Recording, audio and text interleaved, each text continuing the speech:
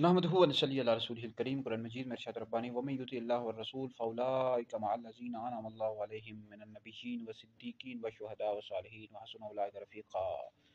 اور جو اللہ اور اس کے رسول کا حکم مانے تو اسے ان کا ساتھ ملے گا جن پر اللہ رب العزت نے اپنا فضل کیا، انبیاء، صدیقین، شہداء اور نیک لوگ۔ اور یہ کیا، یہ اچھے ساتھی ہیں۔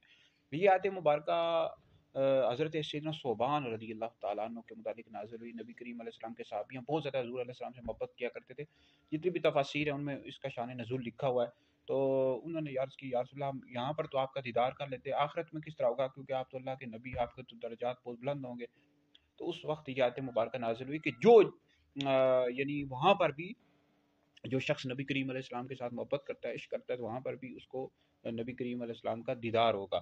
تو ابو داؤد شریف میں حدیث موجود ہے کہ جو جس کے ساتھ محبت کرتا ہے وہ اسی کے ساتھ ہوگا۔ دنیا میں جو بندہ جس کے ساتھ محبت کرتا ہے آخرت میں اسی کے ساتھ ہوگا۔ تو الحمدللہ ہم نبی کریم علیہ السلام سے محبت کرتے ہیں، حضور علیہ السلام کے صحابہ اور اہل بیت سے محبت کرتے ہیں۔ ہم آخرت بھی میں بھی انشاءاللہ ان کے ساتھ ہوں گے، ان کا دیدار کریں گے۔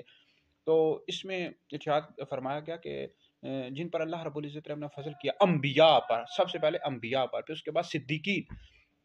تو یہاں پر صدیقین سے مراد امیر المؤمنین، خلیفہ اول، افضل البشر بعد الانبیاء، حضرت سیدنا ابوبکر صدیق رضی اللہ تعالیٰ عنہ مراد ہے، ٹھیک ہے جی۔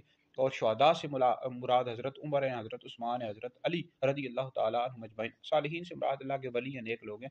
ترمذی شریف میں حدیث ملتا ہے کہ نبی کریم علیہ الصلوۃ والسلام غار ہرا پر تھے، حضرت ابو بکر صدیق کے ساتھ حضرت عمر بھی تھے، حضرت عثمان، حضرت علی، حضرت طلحہ، زبیر بھی تھے۔ تو وہ غار ہرا ہلنے لگا، پہاڑ ہلنے لگا، تو حضور علیہ الصلوۃ والسلام نے فرمایا ٹھہر جا، تجھ پر ایک نبی ہے، ایک صدیق ہے اور شہید ہیں۔ تو حضور علیہ الصلوۃ والسلام نے ایک خبر، غیب کی خبر بھی دی کہ یہ حضرت عمر بھی شہید ہوں گے، حضرت عثمان غنی بھی شہید ہوں گے، حضرت علی بھی، حضرت طلحہ و زبیر تو یہ بھی شہید ہوں گے۔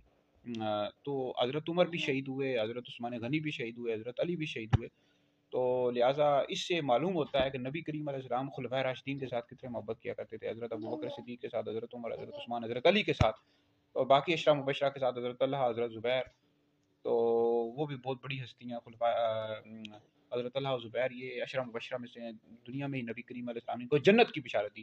تو انبیاء، اہل سنت کا یہ عقیدہ ہے کہ انبیاء علیہ السلام کے بعد سب سے افضل ابو بکر ہیں، پھر عمر ہیں، پھر عثمان ہیں، پھر علی ہیں۔ جو شخص مولا علی کو ابو بکر عمر سے افضل بتائے، ایسا شخص گمراہ بددین ہے اور اہل سنت سے خارج ہے۔